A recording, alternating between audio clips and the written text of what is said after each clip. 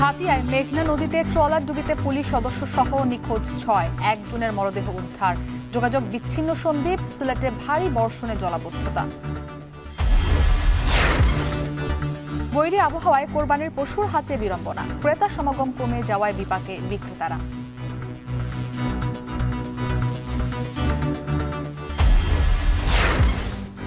এবং গাজীপুরে রেল পুলিশের অতিরিক্ত ডিআইজির বাড়িতে ডাকাতি, ঢাকা টাঙ্গাইল মহাসড়কে প্রবাসীর গাড়ি থেকে নগদ টাকা লুট।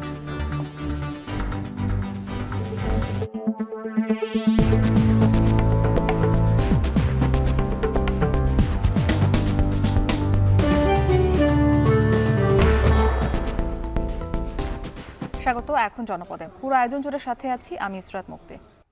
নোয়াখালীর হাতিয়ায় মেঘনা নদীতে ট্রলার ডুবিতে একজনের মরদেহ উদ্ধার করা হয়েছে। পুলিশ সদস্য সহ নিখোঁজ রয়েছেন এখনও ৬ জন। বিকেল ৪টার দিকে উপজেলার করিমবাজারের কিছু দূরে এই দুর্ঘটনা ঘটে। কোস্টগার্ড জানায়, দুপুর ২টায় হাতিয়ার ভাসানচর থেকে হরণী ইউনিয়নের করিমবাজার ঘাটের উদ্দেশ্যে পুলিশ সদস্য, এনজিও প্রতিনিধি সহ ৩৯ জন যাত্রী নিয়ে যাত্রা শুরু করে একটি ট্রলার। ট্রলারটি করিমবাজার থেকে ১ কিলোমিটার দূরে পৌঁছালে বৈরী আবহাওয়া ও মেঘনার উত্তাল ঢেউয়ে ডুবে যায়। খবর পেয়ে কোস্টগার্ড, নৌপুলিশ ও স্থানীয় জেলেরা ২২ জনকে উদ্ধার করেছে। বাকিদের উদ্ধারে অভিযান অব্যাহত রয়েছে।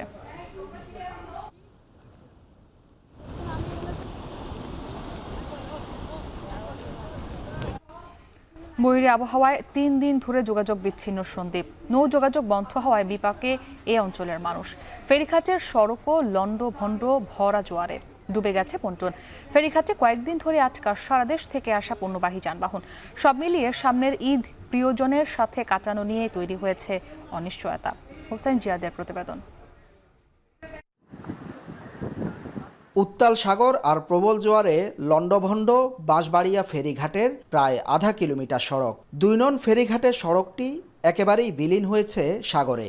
ভেসে গেছে ইট বালুর বস্তা। পানির তুড়ে ভেঙে পড়েছে সড়কের পাশে ব্লক। এ ২ ফেরিঘাট ও সড়ক নির্মাণ হয়েছে গত মার্চ মাসে। শুধু সড়ক নির্মাণে খরচ প্রায় ২.৫ কোটি টাকা। ফেরিঘাটের একটি পন্টুনও ডুবে গেছে জোয়ারের পানিতে। বৈরী আবহাওয়ায় গত ৩ দিন ধরে যোগাযোগ বিচ্ছিন্ন হয়ে পড়েছে দ্বীপ উপজেলা সন্দ্বীপের মানুষ। প্রতিদিন ৪-৫ হাজার যাত্রী ছাড়াও প্রবাসী, সরকারি বেসরকারি চাকরিজীবী, রোগী ও স্বজনের যাতায়াত সাগর পাড়ি দিয়ে। যোগাযোগ বন্ধ হওয়ায় বিপাকে পড়েছেন সবাই। এবং গত পরশু দিনের যে নিম্নচাপ গতকাল পর্যন্ত ছিল, এ থেকে দেখা যায় যে এখানে ব্যাপক ক্ষয়ক্ষতি হয়েছে। এখানে রাস্তাঘাটের অনেক ক্ষতি সাধন হয়েছে, পল্টনের ক্ষতি সাধন হয়েছে। যাত্রীবাহী এবং বিভিন্ন মালবাহী গাড়িগুলো আটকা পড়ে আছে, মানুষের অবশ্যই সমস্যা হচ্ছে। ঈদুল আজহাকে সামনে রেখে খুব কম সময়ের মধ্যেই যাতে চলাচলের উপযোগী করা হয় এবং সন্দ্বীপবাসীর যাতায়াতটা নিরাপদ এবং আরামদায়ক করা হয়, এই জন্য আমরা কর্তৃপক্ষের উদ্যোগকে স্বাগত জানাই। ফেরিঘাটের ২ প্রান্তে দেশের নানা জায়গা থেকে পণ্য নিয়ে আসা যানবাহন গত কয়েকদিন ধরে আটকা পড়ে আছে। সাগর পাড়ে পণ্য নিয়ে অনিশ্চিত সময় পার করছেন চালক ও মালিকরা। সাথে বাড়ছে থাকা খাওয়া দুর্ভোগ। আইসা পারে সিগনালে পড়ে গেছি। আমার গাড়ি ছিল এই ঘাটে আসার পরে স্বপ্নের মতো আমি ফেরি দেখছি। ফেরি আইসা দিয়ে আবার চলে গেছে ওপার থেকে আর আসে নাই। ২৬ তারিখে আইলাম, ঘূর্ণিঝড়ের কারণে আটকা পড়ে গেছি। আর আজকে ৪ দিন ধরে বসে আছি, খাওয়া দাওয়ার ব্যবস্থা নাই, কোনো কিছুর ইয়ে নাই। এই যে সন্দ্বীপ যাব, কখন যাব, রাস্তাঘাটের যে পরিস্থিতি। ক্ষতিগ্রস্ত সড়ক মেরামতে দ্রুত কাজ শুরু করেছে বিআইডব্লিউটিএ। বালুর বস্তা ফেলে ৩ দিনের মধ্যে সড়কটি সাময়িক মেরামত করা হবে। তবে ডুবে যাওয়া অপর একটি পন্টুন চালু করতে সময় লাগতে পারে ১৫ দিন। সামনে বর্ষা মৌসুমে এ সড়ক ও ফেরিঘাট টিকবে কিনা তা নিয়ে সন্দিহান ঠিকাদার। এই ফেরিঘাটের কারণে সন্দ্বীপবাসী সরাসরি বাংলাদেশের সড়ক নেটওয়ার্কের সাথে অন্তর্ভুক্ত হতে পেরেছে। এই সরকার এটার কৃতিত্ব পেতেই পারে এবং এই কৃতিত্ব যদি পার্মানেন্ট করতে হয়, এখানে একটা দীর্ঘমেয়াদী পরিকল্পনা নিতে হবে। সন্দ্বীপের প্রায় ২ লাখ বাসিন্দার এই যন্ত্রণা আর হয়রানি দীর্ঘদিনের। তবে গত মার্চে ফেরি চালুর পর আশার আলো দেখছেন এই অঞ্চলের মানুষ। হোসেন জিয়াদ, এখন চট্টগ্রাম। টানা বৃষ্টিতে জলাবদ্ধতার কবলে সিলেট নগরী। গুরুত্বপূর্ণ সড়কে পানি জমে বিপর্যস্ত নগর জীবন। এ নিয়ে আরও জানাতে ওসমানী মেডিকেল কলেজ এলাকা থেকে যুক্ত হয়েছেন গুলজার আহমেদ। গুলজার, জানাবেন যে আজ সারাদিনে সিলেটে কত মিলিমিটার বৃষ্টি রেকর্ড করা হয়েছে এবং জলাবদ্ধতায় ভোগান্তির চিত্র সেখানে কেমন দেখছেন?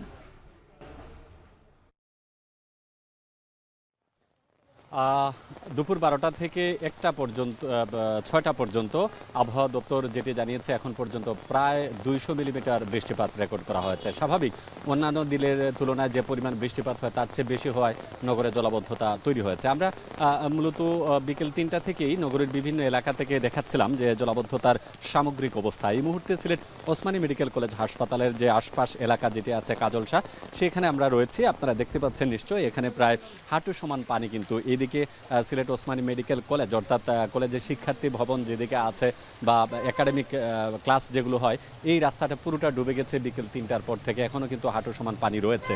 এটি এর পাশাপাশি সিলেটের কাজলসার পাশাপাশি হচ্ছে সিলেট মীরাবাজার, শিবগঞ্জ, উপশহর, ইসলামপুর, শাহপরান এবং চৌকিদেখি সহ প্রায় 13 থেকে 14টি এলাকায় এরকম জলাবদ্ধতা তৈরি হয়েছে। সবচেয়ে খারাপ অবস্থা আসলে উপশহর এলাকার। এখানকার অধিবাসী যারা আছেন বা নাগরিক যারা আছেন তারা সবসময় ভোগান্তিতে পড়েন। আমরা এমনটাও দেখিয়েছি যে মূল সড়ক পথ যেটি আছে শহরের সাথে, বিশেষ করে বঙ্গবীর যে রোড আছে, লাওয়াই প্রধান সড়ক, সেখানে কিন্তু প্রচুর পরিমাণে পানি থাকায় ভোগান্তি আসলে চরমে পৌঁছেছে। এই বৃষ্টিপাতের কবলে আসলে প্রতি বছরই সিলেট নগরীকে পড়তে হয় এবং মানুষ আতঙ্কের মধ্যে থাকেন। যদিও সিটি কর্পোরেশন বলছে তাদের যে নিয়মিত তদারকি সেটি জলাবদ্ধতা নিরসনের কাজ চলমান থাকে, কিন্তু আসলে যখন সময় আসে তখন আসলে বোঝা যায় যে কতটুকু কার্যকর হয়েছে তাদের কার্যক্রম।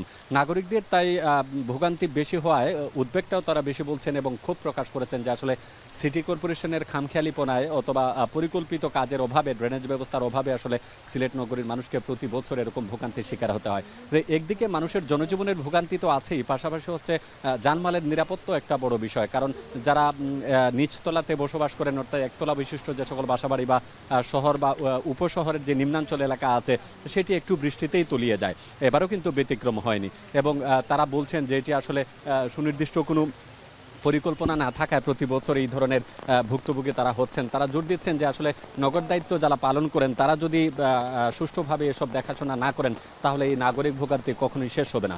বৃষ্টি যে শুরু হয়েছিল দুপুর 12টা থেকে এখন পর্যন্ত সেই বৃষ্টি চলমান আছে এবং আবহাওয়া দপ্তর আমাদেরকে যেটি বলেছে এই বৃষ্টিপাত আজকে মধ্যরাত পর্যন্ত থাকতে পারে কিংবা এর ব্যাপ্তি আরও বাড়তে পারে। যদি বাড়ে তাহলে সিলেটবাসীর জন্য আগামীকালের দিনটি আরও ভয়াবহ কিংবা আরও খারাপের দিকে ধাবিত হবে।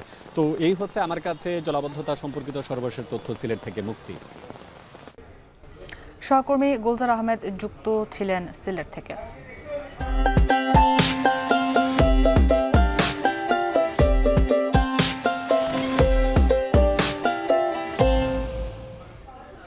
কোরবানির দিনক্ষণ এগিয়ে আসার সাথে বগুড়ার হাটগুলোতে বাড়ছে পশুর সরবরাহ। অনেক ক্রেতা ওজন করে গরু কেনার জন্য ছুটছেন খামারগুলোতে। গরুর লাইভ ওয়েট ধরা হচ্ছে 450 থেকে 500 টাকা কেজি দরে।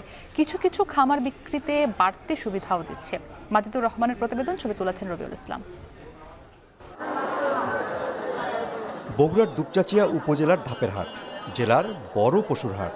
এবার পশুর সরবরাহ বেড়েছে কয়েক গুণ। দূর দূরান্ত থেকে হাটে এসেছেন ব্যাপারী। হাটবারে প্রায় শতাধিক পশুসহ ট্রাক যাচ্ছে ঢাকা, চট্টগ্রাম, সিলেট সহ অন্যান্য জায়গায়। দাম নিয়ে সন্তুষ্ট বেশিরভাগ ক্রেতা বিক্রেতা। এখন মোটামুটি অবস্থা ভালো, কিন্তু গরুর দামটা একটু কম, আশা অনুরূপ দাম পাচ্ছি না। 20,000-30,000 টাকা খিলাতে গেছে আমাকে। এই গরুর দাম এখন 1,05,000 দাম বলতেছে, তাহলে আমাকে লস না। কয়েকদিন আগে যে বাজার ছিল সে বাজার এখন নাই, এখন অনেক বেশি হয়ে গেছে, অনেক দাম বাড়তি এসে গেছে। গত বছরের তুলনায় এই বছর গরুর আমদানি বেশি এবং বর্তমানে কেনাবেচাও ভালো। জেলায় খামারগুলোতে এবার চাহিদার তুলনায় বেশি পশু পালন হয়েছে।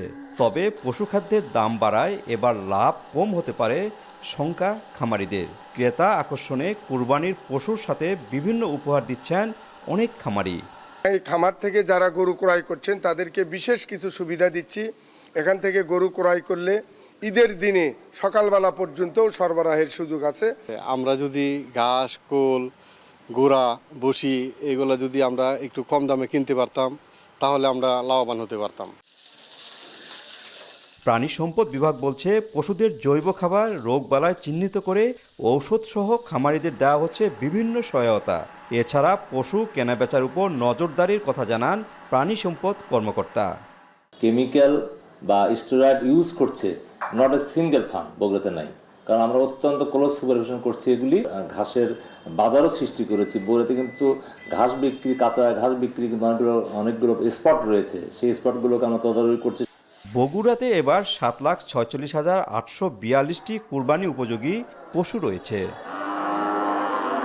মাজিদুর রহমান, এখন বগুড়া। শিল্পাঞ্চলে তীব্র গ্যাস সংকটের কথা স্বীকার করে জ্বালানি উপদেষ্টা বললেন, সাগর উত্তাল থাকায় আমদানির এলএনজি জাহাজ বন্দরে ফিরতে পারেনি। শিগগিরই গ্যাস সরবরাহ স্বাভাবিকের চেষ্টা করা হচ্ছে। সকালে সাভার ও গাজীপুর শিল্পাঞ্চল পরিদর্শন করে এ কথা জানান তিনি।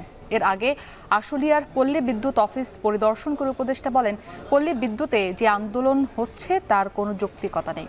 সহকর্মীদের তথ্য ও ছবিতে বিস্তারিত। কয়েক মাস ধরে লাইনে গ্যাসের চাপ কম থাকায় তৈরি পোশাক সহ বিভিন্ন শিল্পে ব্যাহত হচ্ছে উৎপাদন। দেশে গ্যাসের ঘাটতি মেটাতে তরলকৃত প্রাকৃতিক গ্যাস এলএনজি আমদানি বাড়িয়েও কাটছে না সংকট। বিশেষ করে গাজীপুর, সাভার, নারায়ণগঞ্জ শিল্পাঞ্চলে উৎপাদন নেমেছে প্রায় অর্ধেকে, ফলে কমেছে রপ্তানি, যার প্রভাব পড়েছে সামগ্রিক অর্থনীতিতে। গ্যাস সংকটের কারণে আমাদের যথাসময়ে কাজ করা যাচ্ছে না, শিপমেন্ট ডিলে হতেছে, শিপমেন্ট ডিলে হলে যথাসময়ে টাকা আসতেছে না, বেতন ভাতা দিয়ে দিতে শ্রমিকদের অনেক সমস্যা হয়। গ্যাসটা আসুক, তাইলে আমাদের প্রোডাকশন চলবে। যে ডেইলি যে 7 ঘন্টা 6 ঘন্টা 7 ঘন্টা ইলেকট্রিসিটি থাকতেছে না, সেটার উন্নতি হলে আমার যে ডিজেল পোড়াতে হবে না। এমন অবস্থায় শনিবার সকালে গাজীপুর ও সাভার আশুলিয়ায় শিল্প কারখানা পরিদর্শন করেছেন জ্বালানি উপদেষ্টা ফাউজুল কবির খান। এ সময় শিল্পাঞ্চলে তীব্র গ্যাস সংকটের কথা স্বীকার করে শিগগিরই 4টি নতুন এলএনজি কার্গো থেকে গ্যাস সরবরাহ শুরু হবে বলে জানান তিনি। বলেন, তৈরি পোশাক কারখানাগুলোতে গ্যাস সংকট থাকবে না, পাশাপাশি অন্য শিল্প কারখানাগুলোতেও সংকট সমাধানের চেষ্টা চলছে। গ্যাস সরবরাহের যে অভিযোগ এরা শিল্প মালিকরা করে আসছেন, আমরা এখানে কিছুটা সত্যতা পাচ্ছি। একটা কার্গো আসছে, কিন্তু এটা ওই যে সমুদ্রের উত্তাল আবহাওয়ার জন্য এটা ডকিং করতে পারে না। তো এখন এটা ডকিং করছে, তা আমরা আশা করতেছি আজকে বিকালের মধ্যেই, সন্ধ্যার মধ্যেই পরিস্থিতির উন্নতি হবে। দেশে অসংখ্য অবৈধ গ্যাস সংযোগ রয়েছে বলে জানিয়ে শিগগিরই অবৈধ সংযোগ বিচ্ছিন্ন করার পাশাপাশি জড়িত তিতাস কর্মকর্তাদের শনাক্ত করে ব্যবস্থা নেয়ার হুঁশিয়ারিও দেন জ্বালানি উপদেষ্টা।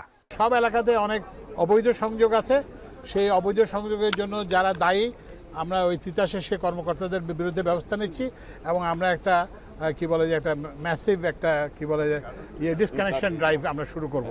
এর আগে আশুলিয়ায় বিদ্যুৎ পাওয়ার প্ল্যান্ট পরিদর্শনে গিয়ে উপদেষ্টা বলেন, পল্লী বিদ্যুতে যে আন্দোলন হচ্ছে তার কোনো যৌক্তিকতা নেই, তবে যেসব দাবি যৌক্তিক তা সমাধানের চেষ্টা চলছে। আন্দোলন করার কোনো কারণে কোনো চলাবস্থা নাই। আমি নিজেই ঢাকা পল্লী বিদ্যুৎ সমিতি থেকে আসছি, তো ওদের যেসব দাবি দেওয়া আছে, যেগুলোর মধ্যে যেগুলো যৌক্তিক এবং সঙ্গত, সেগুলো আমরা সমাধান করার চেষ্টা করছি। ফেরদৌস সাবির, এখন।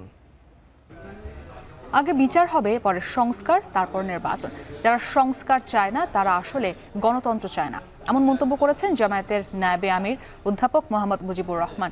দুপুরে কিশোরগঞ্জে কর্মী সম্মেলনে নায়েবে আমির আরও বলেন, যারা জুলাই আন্দোলনে ছাত্র জনতাকে হত্যা করেছে তাদের বিচার হওয়া উচিত। বিচার হবে, এরপরে সংস্কার হবে, এরপরে নির্বাচন হবে। শুধু তাড়াতাড়ি নির্বাচন চাই, সংস্কার চাই না। আপনারা বলেন, আগের মতো যদি নির্বাচন হয়, এই নির্বাচনের দরকার আছে? 14 সালে বিনা ভোটে হলো, 18 সালে দিনের ভোট রাতে হয়ে গেল, 2024 সালে কি হলো? কোনো ভোটই হলো না, নিজেরা ভোট করলো, দামি নির্বাচন করা হয়েছে। শিক্ষার্থীদের দক্ষ হিসেবে গড়ে তুলতে দক্ষতা উন্নয়ন কোর্স চালু করা হয়েছে বলে জানিয়েছেন আইন এবং প্রবাসী কল্যাণ মন্ত্রণালয়ের উপদেষ্টা ডক্টর আসিফ নজরুল। বিকেলে টাঙ্গাইলের কারিগরি প্রশিক্ষণ কেন্দ্রে এ কথা বলেন তিনি। সারা দেশের বিভিন্ন কেন্দ্রে 6000 শিক্ষার্থীর জন্য এই কোর্স চালু করা হয়েছে। আমাদের সন্তানদের জন্য একটা স্কিল ডেভেলপমেন্ট প্রোগ্রাম করব। স্কুলে যারা এসএসসি পাস করেছে তারাই প্রোগ্রামটা পার্টিসিপেট করবে। তাদেরকে আমরা কম্পিউটারের উপর ট্রেনিং দিব, গ্রাফিক ডিজাইনিংয়ের উপর ট্রেনিং দিব, ওয়েব ডিজাইনিংয়ের উপর ট্রেনিং দিব। এই বছর অন্তত 6000 স্টুডেন্টকে আমরা এনরোল করতে পেরেছি। এসএসসির পর যে এইচএসসি থাকবে, এইচএসসি পাস করে যারা থাকবে তাদেরকেও আমরা এনরোল করার চেষ্টা করব। গাজীপুরের কালিয়াকৈরে পুলিশের এক অতিরিক্ত ডিআইজির বাড়িতে ডাকাতির ঘটনা ঘটেছে। গতকাল রাতে মধ্যপাড়া ইউনিয়নের ঠ্যাঙ্গারবাঁধ এলাকায় এই ঘটনা ঘটে। পরিবারের সদস্যরা জানায়, গতকাল ভোর রাতে 10 থেকে 12 জনের একদল ডাকাত জানালার গ্রিল কেটে বাসার ভেতর ঢোকে, তারপর ঘরের দরজা ভেঙে ভেতরে প্রবেশ করে। এ সময় দেশীয় অস্ত্রের মুখে তাদের জিম্মি করে ঘরে থাকা প্রায় 10 ভরি স্বর্ণালংকার ও নগদ টাকা লুট করে নিয়ে যায় তারা। ডাকাতরা চলে গেলে ভুক্তভোগীদের চিৎকারে এলাকাবাসী এগিয়ে আসে। খবর পেয়ে ঘটনাস্থল পরিদর্শন করেছে পুলিশ।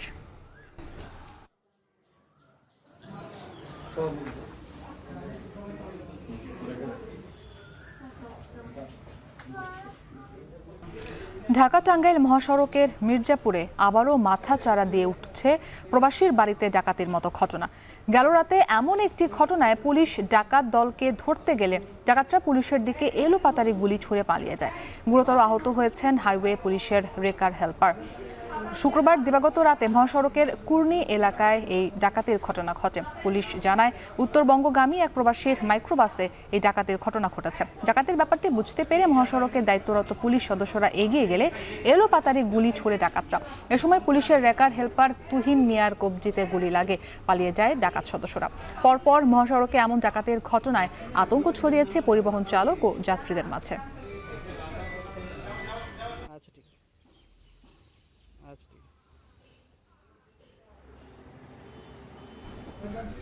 ব্রাহ্মণবাড়িয়ায় পানিতে ডুবে মারা গেছে দুই বোন। সকালে নাসিরনগর উপজেলায় গোকর্ণ গ্রামের সংস্থার খাল থেকে মরদেহ দুটি উদ্ধার করা হয়।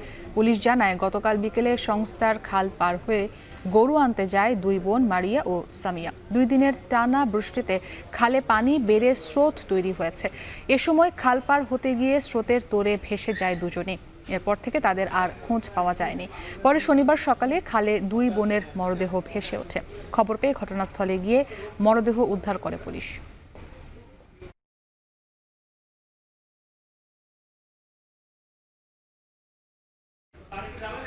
এই ছিল এখন জনপদে।